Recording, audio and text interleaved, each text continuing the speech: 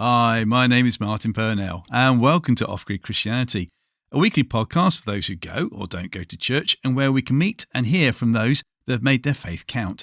This podcast series is to encourage via conversation and not necessarily change your mind prior to listening. You can contact us as well by email, ogc@accessradio.biz, biz is spelled B-I-Z, and you can use this as address as we're to start a mailing list, which will then keep you informed of all the upcoming episodes and lots more. The address again is ogc@accessradio.biz. So please enjoy today's guest, who is an author, screenwriter, pastor and family man based in Michigan, USA. He has a passion for ministry to men of all ages, using trips to retreats and pilgrimages. He also is aware of how the local church needs to be constantly evaluated so that it doesn't become disjointed and remains true to God's plans. He calls himself an Anglophile of the highest order. I'll put him to the test in a few minutes' time on that one. So what is the book, The Last Lone Wolf, Recovering the Lost Sacrament of Friendship about? And why did he write it? How do you write a screenplay and then get it to the big screen? What research did he have to do for his film Dinosaur Cove? What is the warrior's path? Why does he love the outdoors? And how can this free venue be used in ministry? What does he want to see happen in the local church? And finally, why is he an Anglophile? All these questions. Time to get some answers, especially if the dog stops barking in the background. It gives me great pleasure to welcome to OGC Derrick Steele. Derrick, thank you so much for joining us. What kind of dog is it? We've got two dogs back there. One is a mix of a Chihuahua and an Australian Shepherd. So it's a teeny little Australian Shepherd.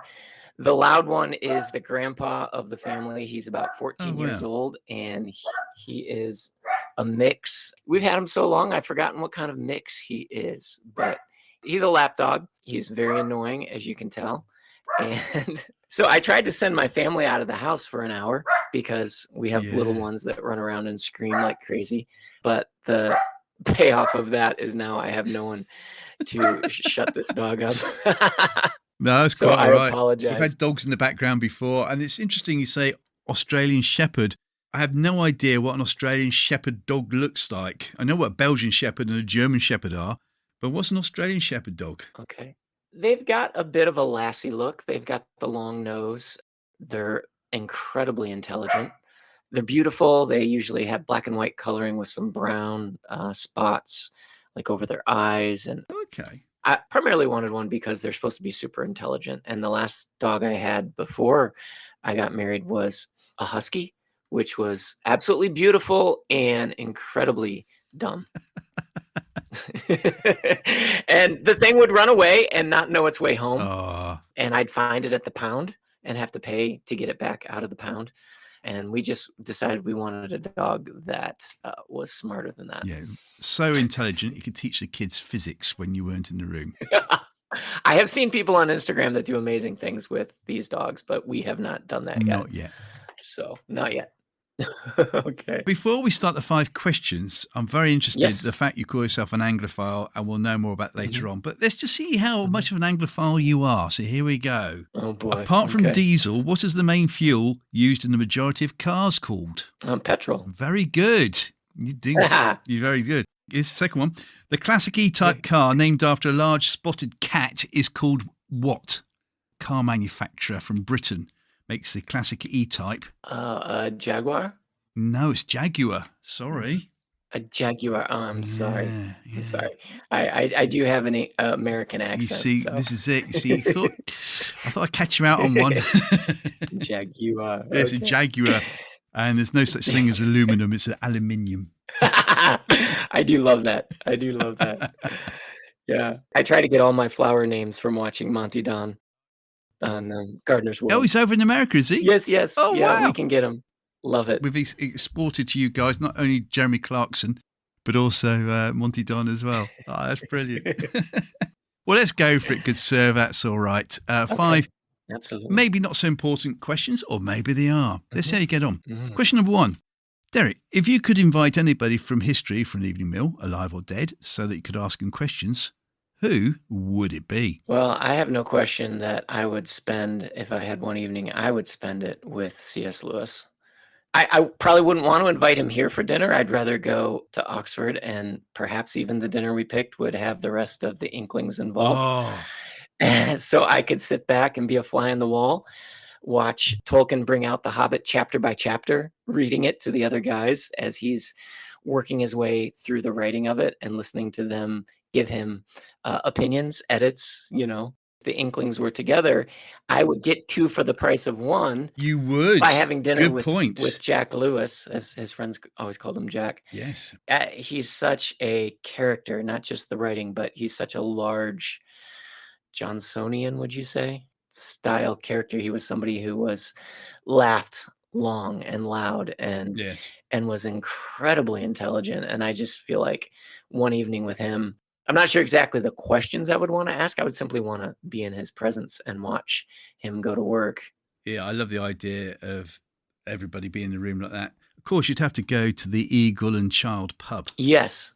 Or as they called it, the Bird and Baby. Correct. Was that what they called it? Yeah, that was the slang for it. Oh, was it the Bird and Baby? That's brilliant. Yeah. Apparently, it's hoping to reopen soon. It was closed after COVID, so Oh. I'm hoping it's going to be open soon because that's one of my pubs I like to go to as well and have a look. Oh, yeah. I've only spent like 4 hours one afternoon in Oxford. That's it. Did you get the chance to go to the pub? No, Or walk past it? I got the chance to go to his college. Went to Magdalen College and saw, Mm-hmm. his rooms and where he taught and things like that.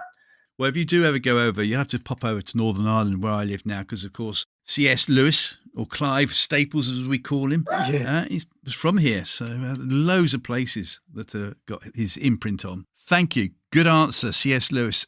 Any particular question you would really like to ask him? Really, really ask him. No one's been able to yet. Well, I'd rather ask him this now that he's dead. Mm-hmm. But yes, his Narnia opens so many doors in my imagination, especially, his rendering of the last battle and his picture of eternity. And you could tell he had a longing. He was quoted somewhere to say, if I find in myself longings that nothing in this world can satisfy, then it seems to suggest that I was made for a different world. And his creation of Narnia was, so heavenly. And I guess my question, and the burning question, and this isn't just for fun. This is something I wrestle, the burning question is, Jack Lewis, is it anything like you hoped it would be? Is the picture you gave us something I should be clinging to? Because I do cling to some of the beauty of the things he wrote and the magic and joy, the childish joy of the heaven that he described. That's a great answer. So that would be my question. And of course, if you could have your time over again when you said the book opened so many doors, what you could have said was the book opened so many wardrobe doors. That is true. We had a wardrobe at my college that they claimed was the wardrobe. Oh, really? Yeah. We have probably the biggest collection. I went to a place called Wheaton College near Chicago.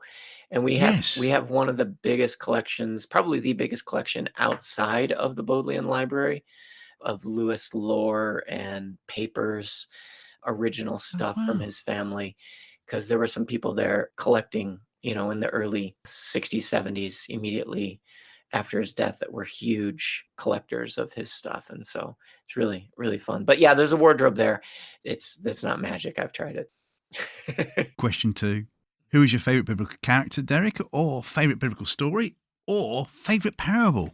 To go straight to the heart and be so important to my life, I have to say the parable of the prodigal son, because almost my entire worldview, my structure of understanding who God is, would take such a big hit.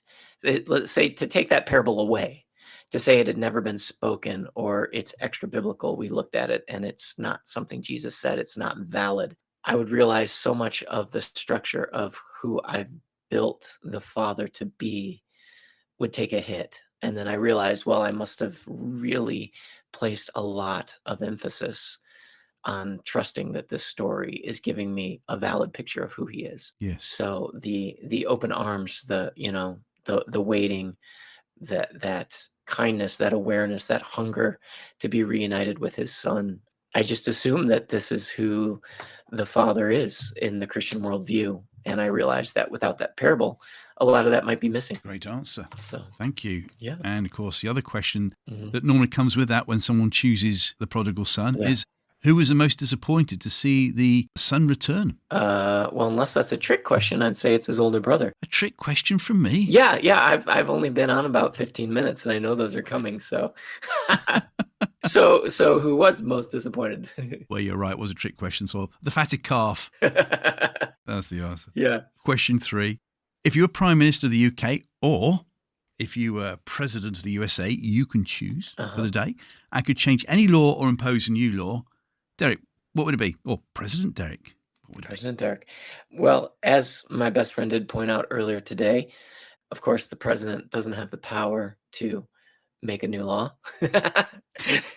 So I would have to put something through Congress. And okay, Yes. so if I magically also had a genie that now gave me the power to create a law, I think what I would create, I would say 1 day per month, it was utterly illegal to be seen in public with your cell phone. Oh, you're not the first. Keep going. Once every 30 Yeah. days, yeah, it would be against the law, and everybody would have to figure out how life in the real world actually works without a screen to stare at. And people might meet each other, on the train. I don't know what might happen. Well, you're going to get that through because the gentleman I interviewed only last week Yeah. did something very similar, Oh, yeah? but said once a week. So I think you've got more chance of getting yours through than the Once other a chap who week. wants it once a week. Yeah. Yeah, But no. once a month's good. Once a month, 1 out of 30. Yeah. No, I mean, yeah. I actually lived throughout the 60s, 70s, 80s and 90s before Microsoft,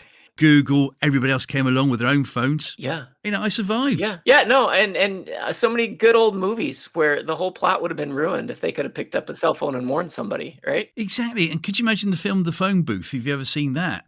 That wouldn't have existed. That would have been, what would Superman have done? Where would he have changed? Well, there you go, you see. That's a very good point. Where would he have gone? Yeah.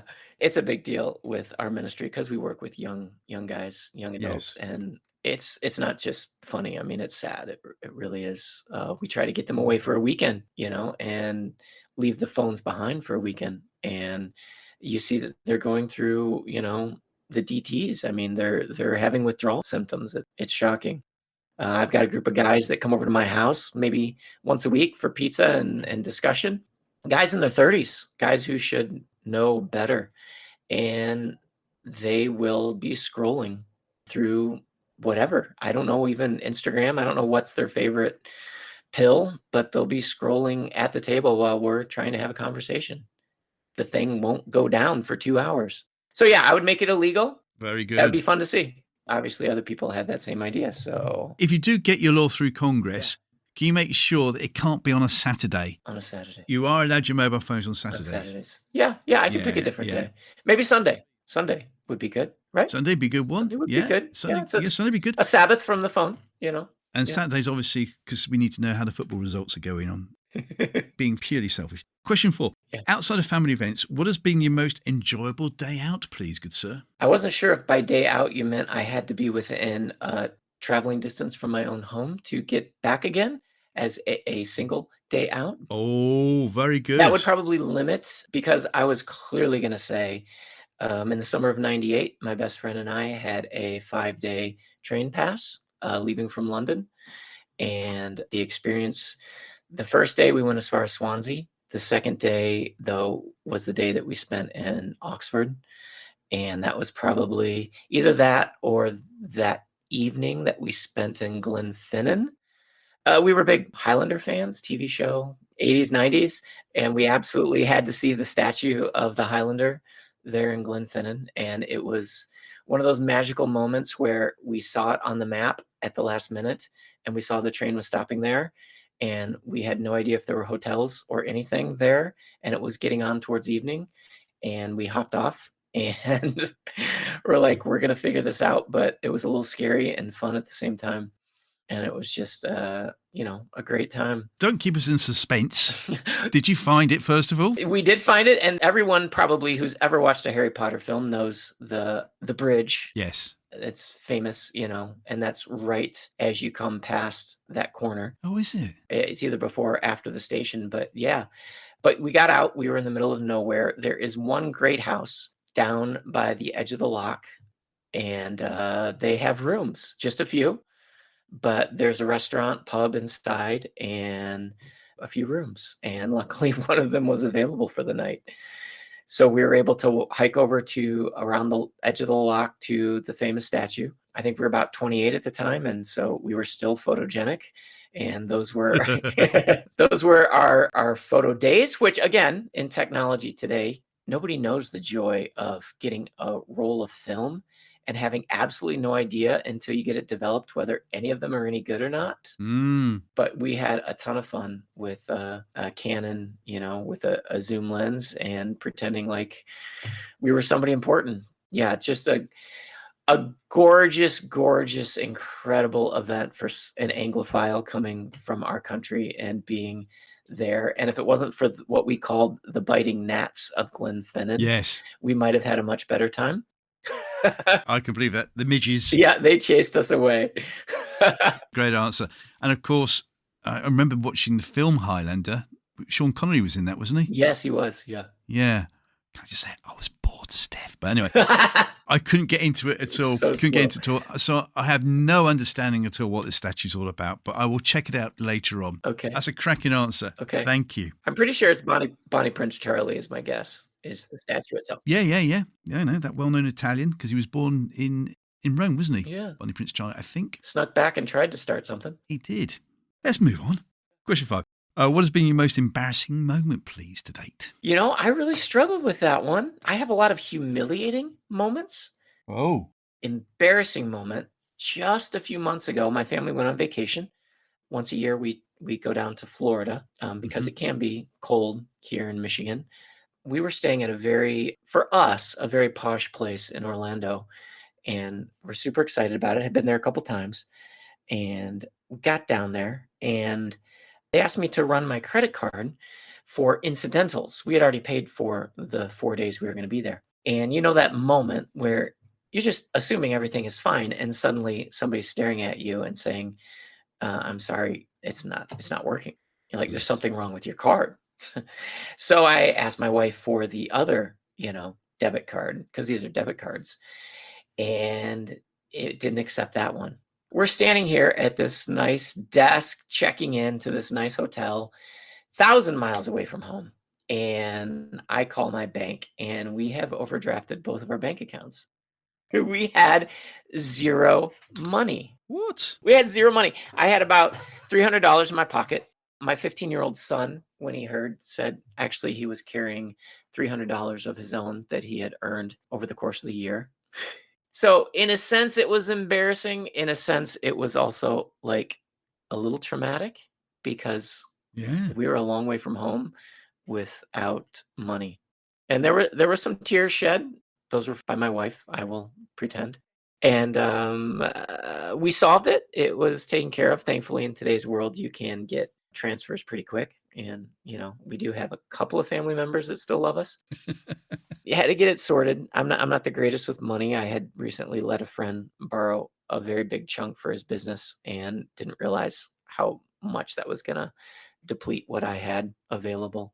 Yes. If you could look back on it and laugh, it's pretty embarrassing to be standing at the desk of this nice hotel and be like, they're just looking at you like, you guys are the Beverly Hillbillies. You have zero money. Wow. I thought when you started, this is going to go one of two ways. It's either going to be that somebody had emptied your bank account without you knowing, or you didn't have any credit cards on you, and your son suddenly said, oh, you can use my credit card there because it's on my mobile phone. Oh, wait a minute, can't use it because it's a Sunday. I thought that's how it was going to go. No, someone did empty my bank account without me knowing it, but that's just because I'm that absent-minded. So It was me. Well, let's hope you can get the money back from your good friend you lent the money to in the first place. Oh, I hope so. That was not a good choice. I was trying to be a good friend, but not wise. Yes, thank you. Lots of people can identify with that, no doubt, listening today. Yeah. Great. I'm looking forward to today's podcast. This is going to be good fun. Michigan's a big state. Yes. Whereabouts are you in Michigan? We are in the suburbs of Detroit, where most of the population in Michigan is around just a couple of cities, and Detroit is the largest, but we're not city people, so it's probably a 25-minute drive to be downtown, and we probably go downtown once a year. We're mostly suburban people who wish we were rural people most of the time. Well, Detroit obviously is very important to me with regard to music because the best band to ever come out of America came from Detroit. That's true. They have Mm, they have some real fame there, before I was born, yeah. thankfully. Hopefully, we're talking about the same band here. I was giving the benefit of the doubt that there's been more than one band I come know. out of here. Yeah, there has. Yeah. You got Motown as well. I'm not even gonna take a shot at which band you're referring to. Have a guess. Bob Seger and the Silver Bullet Band? Oh, No. that was a guess because I did like Bob Seger. I'll put you out of your misery, shall I? Yeah, go for it. Aerosmith. I can see somebody choosing Aerosmith. That's good. So, sir, Mhm. before we get into the nitty gritty, why are you such an Anglophile? I suppose because I'm such a romantic in general, our history is so short here in comparison to the breadth and depth of European history. Mhm. And obviously, to be a romantic, you need to get out of what is familiar. So, that's people made science fiction because they wanted to pick a place that they didn't know. At one point in history, people made Arthurian stories because they were writing in France and imagined that England, was the unknown realm that they could populate with, mythical creatures. And so I don't know how much of that it is that just the desire for something that is not familiar, how much of it is spiritual, simply with roots I don't even understand. My Mhm. family on both my parents' side has been in this country from before the start of the 1700s. So even Wow. even before the Revolutionary War, a long time. But the roots do go back. You can find where they left from Wales. Left from one of the southern ports in England. So Is that why you went to Swansea then on the first day of your train pass? honestly, it was because we wanted to hit something in Wales, and we were so ignorant as to what was there. We took the train that was headed that way, and it paid off. It was gorgeous. Yeah, Swansea's But great. looking Yeah. back, there's so much I could probably spend a week's holiday in Wales alone, learning and exploring and experiencing. So, I was a big fan of Peter Pan growing up, and obviously, Peter Pan, London, they're very connected. Yeah. William Shakespeare, the poet. As a teenager, I didn't like poetry or Shakespeare's plays, but so trying to be an author, obviously, you change who your Yes. heroes are. And Yes. I look back and absolutely mesmerized with what he did, in that Elizabethan time. Yeah, I don't know, 1,000 reasons. We love gardening, and I don't know if we love gardening because we're Anglophiles or we're Anglophiles because we love gardening, and so do they. I don't know which came first. I've played only one sport my entire life, and that is your football. Oh, well said.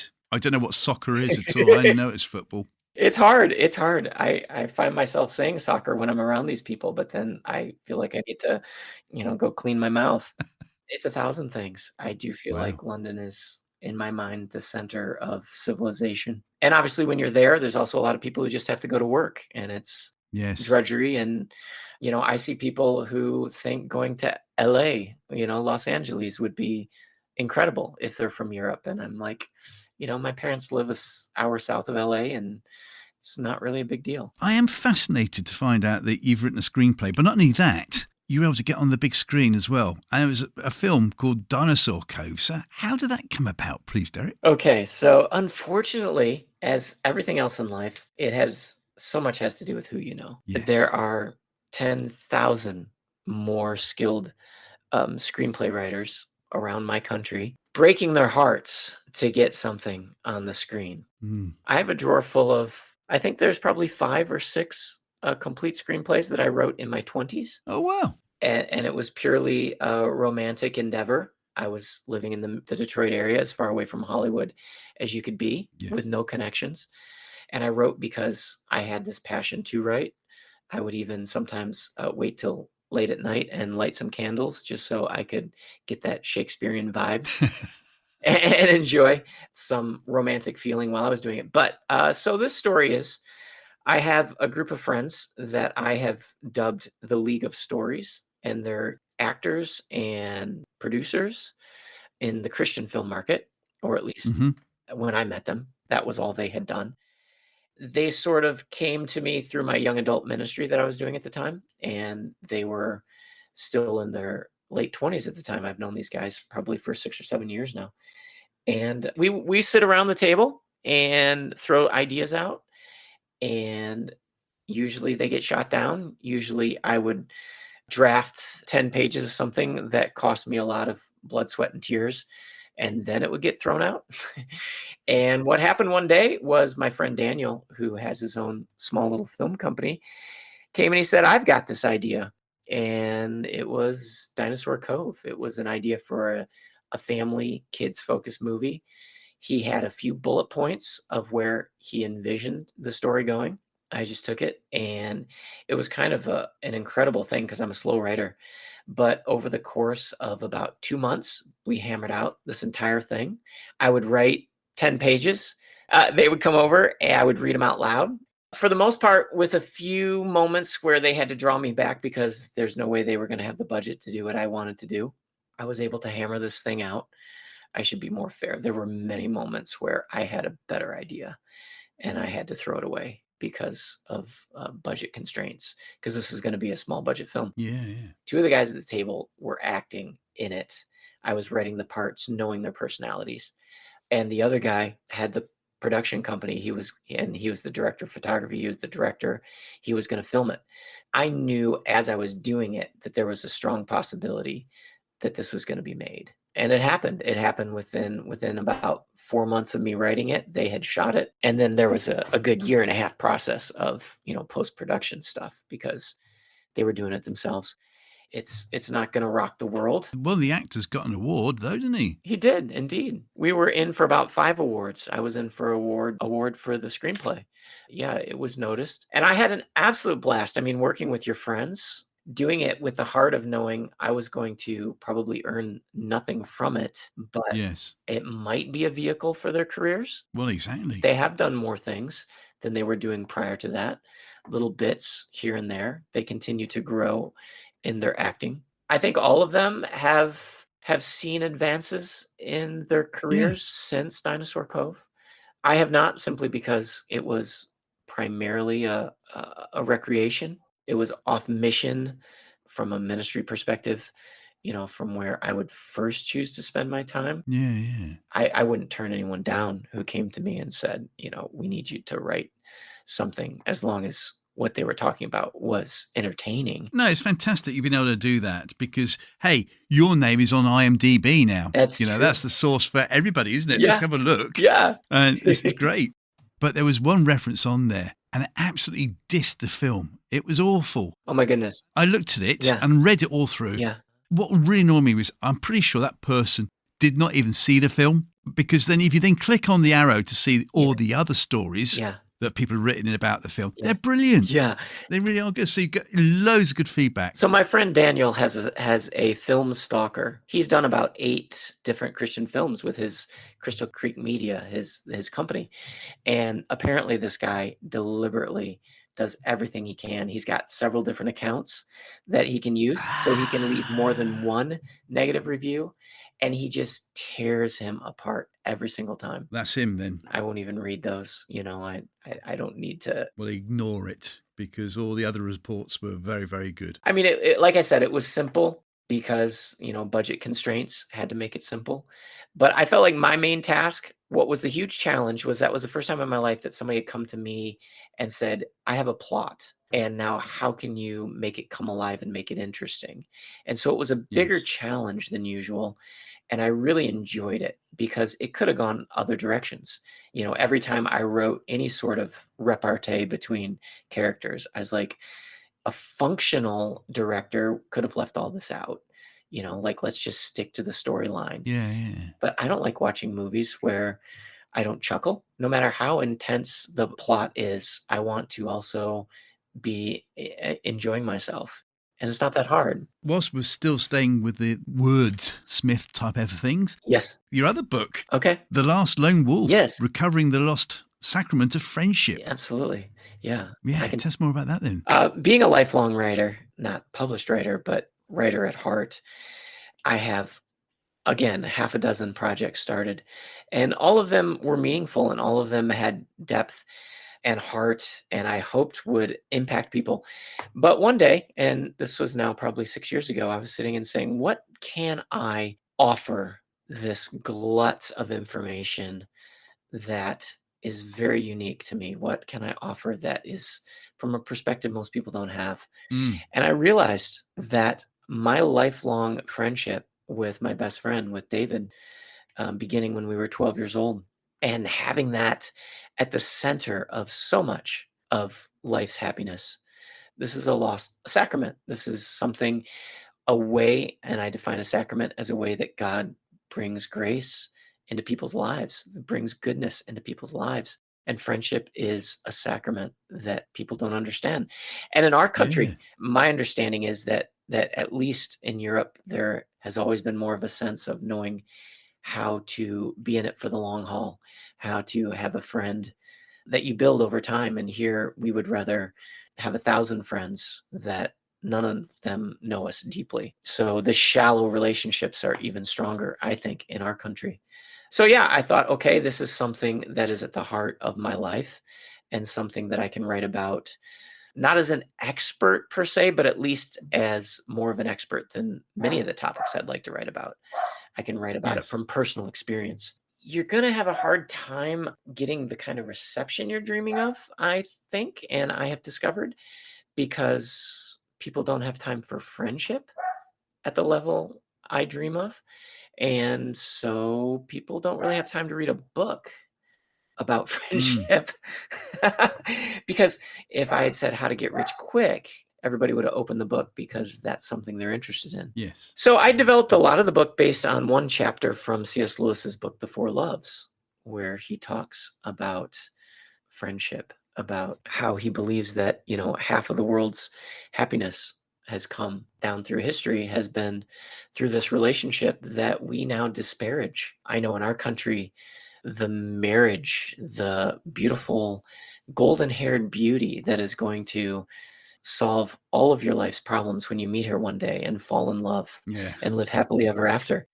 In our country, that is the myth. That is the prevailing relational myth. Part of that myth is sacrificing, like, you reach college and sure, you've had all this fun with the boys, but now it's time to find her.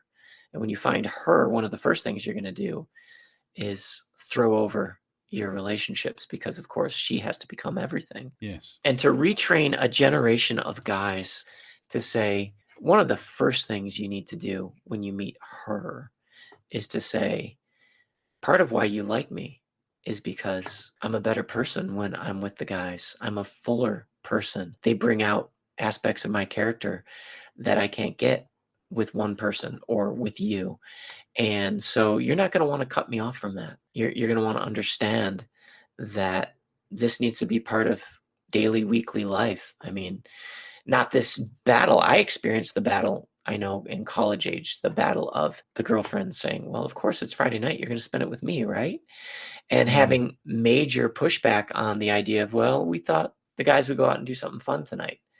Well, now, you're an insensitive jerk to your girlfriend because you wanted to be with the boys.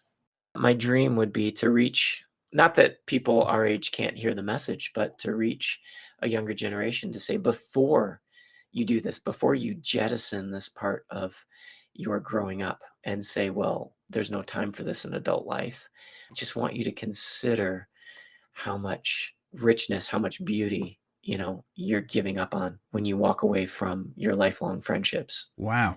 You think that book would sell by the bucket load, wouldn't you? Yes, yes. I don't know. I'm not a salesman. I'm not a type A person. Taking it further, though, there's a fine line, isn't there, between what you're saying, Mhm. because something that my wife has always told me, that she wasn't going to change me.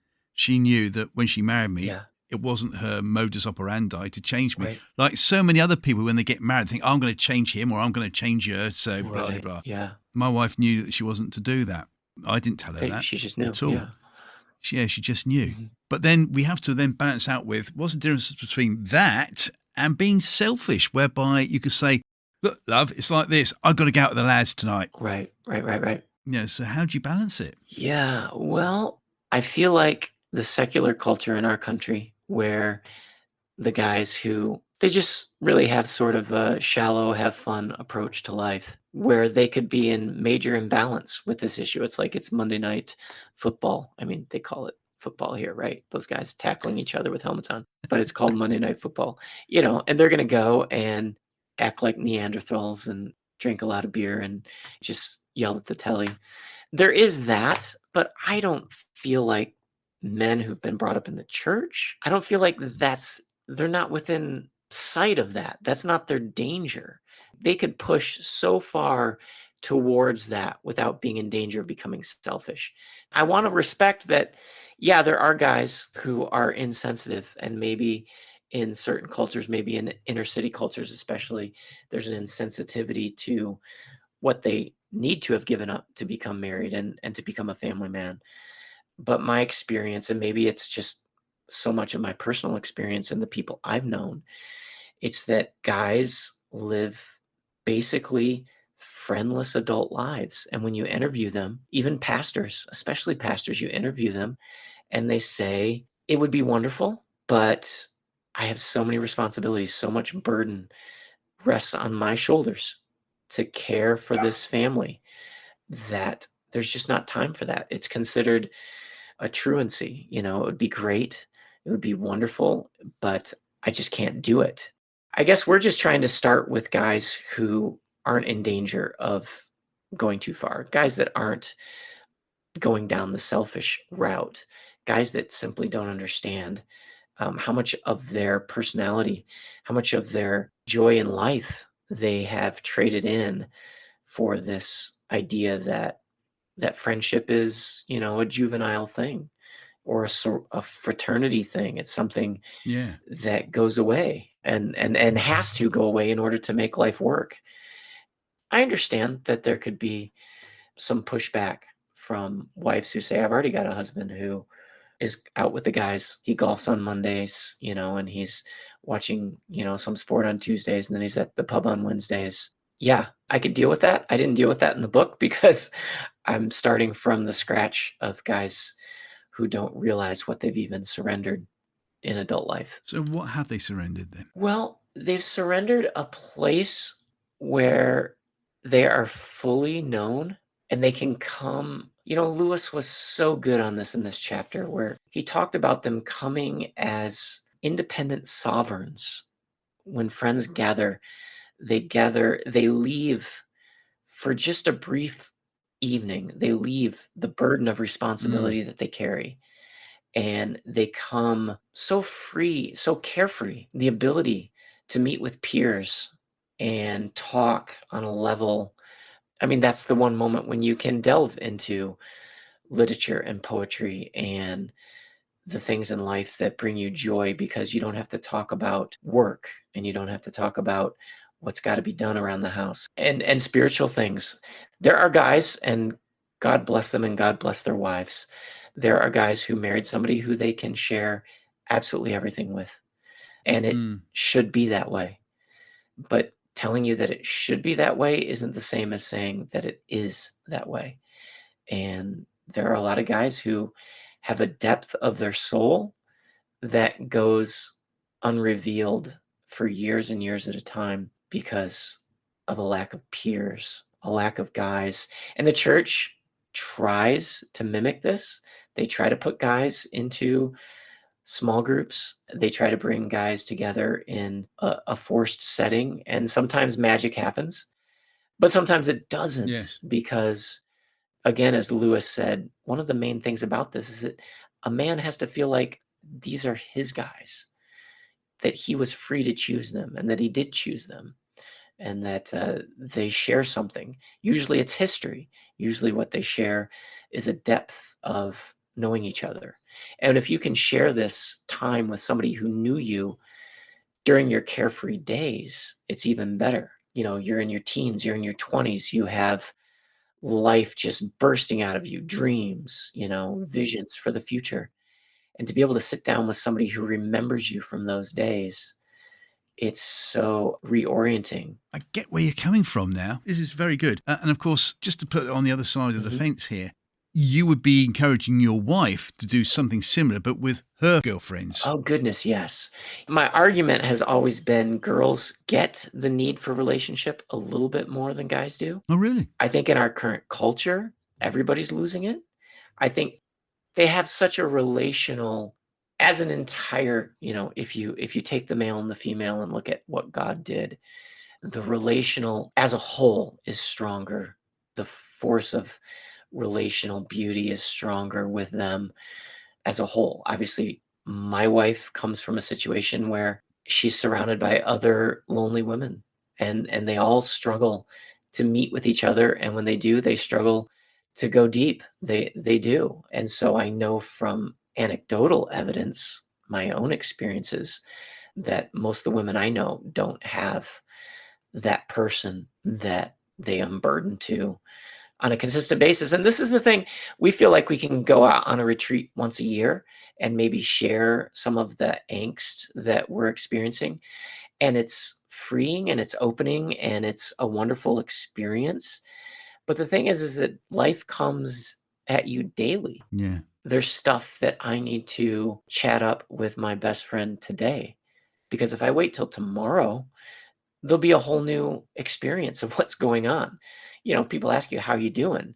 And somebody will text that you haven't seen in 4 months. How you doing? Well, do I respond for how I'm feeling in the last 30 seconds? Or do I try to get a feel for the last 4 months? Yeah. It's all one dimensional, isn't it? Texting. Yeah, I've been all over the roller coaster in the last 4 Yeah. months. I lost my dad in February, and Oh, sorry. I'm going to have a lot of different things to talk about through the months of February and March that I am here in heading into the summer. Tell us more about that, please. Why you can go outside and do these retreats. Yeah, well, it runs along the exact same line with the friendship, is that our culture here, certainly in America, and I think all Western culture, is running at a pace that isn't healthy for the human soul. We don't put margin into our activities. Mhm. I notice that in myself. I'm driving from one place to another, and I think, it would probably do me a world of good to pull into this park for 5 minutes and just do nothing but listen to the wind in those trees. And I think, yeah, I'd love to, but then I'm going to be late. I'm going to be late for the next thing on the list. And very few people I know leave that margin. And so they're living in what we call the shallows of their own personality, their own soul. They don't even know what's going on at the level of their own heart, because we've just shut that down. We're just doing what's got to be done. What's got to be done today? We wake up and say, what is on the docket? What's got to be done today? And so we don't think we can stop the whole culture dead in its tracks, but what little can we do? We think guys need to literally escape their entire environment, because if you take 5 minutes at home, if I sit back in my gardens, and they're pretty glorious for American gardens, we've worked really hard. Monty would be proud of you. He would be proud. If I go back to sit in them, I'm in that chair for 30 seconds before I see something that needs to be weeded. Mm. I'm not in the right headspace to actually just drink it in and just receive the beauty. And so we feel like sometimes we absolutely have to get out of our environment entirely. And so when you combine that with the need to be around peers who you can unburden your soul to, who will listen, that's what they're there for. They don't have an agenda.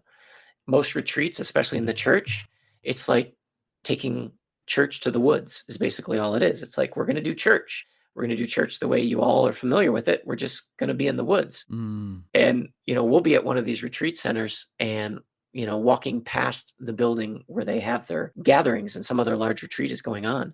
And I look at all the guys sitting in this building, listening to somebody give them a speech with PowerPoint going up on the screen, with these windows in the drop back behind them, looking at the Rocky Mountains. Unbelievable beauty. We walk past them every time. Yeah. And David and we're just like halfway here, and then they don't get it. We're bringing our program out here into the wilderness, and you don't need it out here. So to go out unscripted is what we do. It's like we're doing two things. We're getting you out of your environment. We're putting you in an environment where beauty can heal from all of the noise and abrasiveness of the world. And I guess it's three things. And we're opening ourselves up to listen. And you basically are like, so what's going on? Yeah. Tell me your story. Tell me the story of the last 6 months or the last year. And you don't get a lot accomplished that way, because you find out people can talk for hours when it's about themselves. They have a lot to share. Yeah. Yeah. And you realize, and then, I always ask them, I always say, okay, so who is it on a daily? All right, let's not go daily. Who is it on a weekly basis? Who is it on a consistent basis that you tell all this? Who do you dump on? And they'll look at you, they'll think. Sometimes they don't even have to think, but 99 times out of 100, they come back and they say, I don't have anybody like that. Yeah. And that's what breaks my heart. And that's what makes me think, what I look back and I say, if I hadn't, known David since I was 12 years old, how different would my life be? I take it for granted. I take for granted that if I need to talk to somebody, and he lives in Denver. I mean, Denver is, a 17-hour drive from Detroit, but we can talk every single day. I just wish everybody had that. And unlike most ministries where you're trying to come up with a plan where you can now minister to 10,000 people, because then you feel like you're really changing the world. I realize that we're saying to people, look, what we want you to do is something I can't really do for you. I can't be that best friend that you need. I can only show you the picture of what it looks like and say, you've already got that guy. I'm sure you do. Maybe it's just somebody from the pub, but you can build that sort of relationship. And if you take the risk, I think you'll find that guy is just as hungry as you are to have somebody who knows them inside and out. Yeah. When you take out to the woods, to the Rockies, wherever you go, the group that goes with you, where do all these people come from? Well, the first people I invite are our own peers. I send a message out. There's probably 15, 20 guys that I start with that I say, hey, this is when we're going. And we're giving you the first pick. Because honestly, in order to model this correctly, I want to be with my guys. I want to be with guys that I already have some history with. And they're not nearly as deep as my best friend. That's not that sort of a history. Yeah. But they're guys that I'm not starting from scratch with. They're guys that we did something together 10 years ago. We've stayed in contact. We have a few laughs from the past. Buddies from college, from university, from, some mission trip, that sort of thing. But then from there, obviously everybody's so busy, you end up not getting the guys that you would have handpicked if you could handpick. And so then from there, you just sort of throw it out there. And, we have a website. Our website doesn't necessarily get the kind of hits we wish it did. We're not getting overwhelmed with guys from, all over the country saying, gosh, this sounds awesome. I want to do this. It's a challenge. It always helps if you have a connection with a church, because it seems like if you have somebody in ministry that gives some legitimacy to what you're doing. And I hate that. I hate that you need legitimacy, that you can't just have guys stumble across it. And that sometimes those are arguments God and I have, with, I know your Holy Spirit can just nudge absolute random strangers with the name of my website. I know you can do that. I've seen you do it in other people's lives. Here's the challenge, right? Everybody who's ever tried to make $1 million has the same challenge. Got a great idea. I know the need is there. How do I connect the great idea with the need? How do I get in front of the people that need to hear this? Yes. How do I get to the guys? And that's where not being a type A driven person and not being a marketer is a real challenge. It's like David and I laugh about it. It's like, we'd love to have a type A person on our team. We'd probably dislike them personally. We'd probably have nothing in common. It'd be hard to go out for lunch and have anything to talk about, but gosh, would they help us? Because they could see the problems that we feel are insurmountable short of supernatural intervention. They could see and say, well, no, there's a very practical way to connect you with your audience. See, what you're saying here, I think is fantastic, and a bit of a challenge to those listening today who are thinking, well, yeah, maybe I don't have that best friend. I've got loads of outer circle friends or even middle circle friends, but no inner circle friends. Yeah. And yet you could most probably say, why don't I contact 4 or 5 of these outer circle friends and say, let's just go away for the weekend. Yes. It'd be very easy in my case, because, I've been so immersed in rock music and football especially. Yeah. I could say to some friends, if it was possible, come on, let's go away for the weekend. We'll go and watch Bristol City. Yeah. Well, the problem with doing that is that whilst it'd be great to go and watch Bristol City play wherever, Yeah. you'd be so immersed in thinking how the team's going to play. Then you watch the game. Then afterwards, you talk about how bad they were, or maybe for a change, they were actually very good. Yeah. That you're actually missing the point. So you'd have to choose a venue whereby it's got nothing to do with what you really like, so that you can just open up. Would I be right in saying that's the best way to do it? It is probably the best way to do it. Yeah. I think, gosh, that's hard because your picture of going to see the game with the guys is so enticing to me. I just want to say, do it. Oh, we do. Don't worry. Yeah, that more than obviously has to do with this, and this is the hard thing, that idea of being intentional, right? Because you can let any event flow naturally and stay on the surface. And being intentional is the hard part, is that moment where amidst all the frivolity, you're able to say, really, how you doing? Yeah. I know you had a hard time with your son with such and such, but that aside, yeah. Again, I don't know if this is popular anymore because obviously everybody has vehicles now, but C.S. Lewis and his buddies, they did walking tours. And I feel like that's a very English thing, is a walking tour. And maybe it's not. Maybe it's a 1920s, 1930s thing and doesn't exist anymore. But I read of his tours where they would pull out a map. They didn't have a GPS. They had a good old paper map, I'm sure. And one of their buddies would drop them off at a particular point, and they'd start hiking, through the Cotswolds or something, with a bit of a vision of a small town that they were going to stop at and the pub they were going to have lunch at. What do you do for 3 hours of a hike? Well, you kind of have to talk, right? Yes. So yeah, being wise. And I think that's what you're saying is, well, you've been to that football match enough to know how it's going to go. So being wise about which situations lend themselves towards conversation and which ones don't. We go into the wilderness, and it's a retreat. Like I said, there's not like there's teaching sessions, but it's very intention that we serve the guys breakfast and then say, okay, the next hour and a half, we really just want you to go take a walk by yourself. I don't know what your relationship with God looks like. I don't know if an hour and a half is going to kill you or if an hour and a half is going to fly by, but we just want you to go. You can take a good book with you if you want. You can take your journal. You can take your Bible if you need some props for that time, you can take them. We make sure that we're putting them in a setting where it's easier to hear the voice of God. And the noisier a place is, the harder it is to hear. Yes. So nature lends itself for sure. I mean, I would love to take guys on pilgrimages to bring them over to where you are.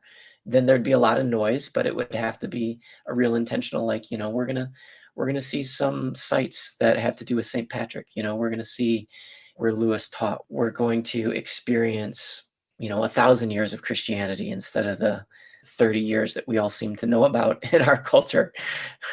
Well, do you know what? You've nailed it there, because a podcast that we did for St. Patrick's Day 2 years ago that we then repeated a few months ago on St. Patrick's Day, it's all based around a place called Downpatrick. Okay. And we've done a mini walking tour, so you can actually go to it. You can listen to the episodes. We take you up the hill. We take you here, take you there. Oh, that's beautiful. It is a phenomenal place. Wow. Absolutely phenomenal. So there you go. Yeah. You can bring your guys over. Okay. We'll put that on and try it. Yeah. Yeah, please. If people listening want to know more, have a listen to the episode about St. Patrick. You're right. Walking along there, it does break the barriers. And this year, a friend of mine paid for me to fly over because he knows the situation I'm in. Okay. We spent about an hour in the pub before the Bristol City match. And it was great because he knows about my life. He knows me very, very well indeed. It just broke down so many barriers that we were able to sit down in a quiet pub, and he was just able to explain to me what he thought was going on and how he could help in a way of just giving some ideas to me. And that's the kind of friendship you need, surely. Absolutely. So individualism is something that we don't even realize how deeply ingrained it is in us. And in writing the book, I had a few moments in writing the book, talk about embarrassing moments, where I had to stop and say, I just wrote about myself like in the most negative light possible. I had no idea that this was true of me until I put the words on the page. But I do. In the spiritual realm, I have the sense that I've got enough problems and you've got your problems.